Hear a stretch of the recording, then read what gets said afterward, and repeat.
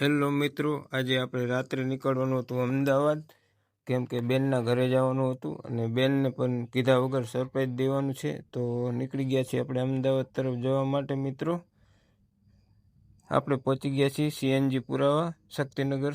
તો આપણે ગાડીમાં સીએનજી પણ પુરાવવું પડશે, એટલે ગાડીમાં સીએનજી પુરાવી લઈ અને પછી નીકળીએ આપણે અમદાવાદ તરફ જવા માટે. તો મિત્રો, આપણે પહોંચી ગયા છીએ વિરમગામ આસલપુર ચોકડી ઓનેસ્ટ હોટલમાં.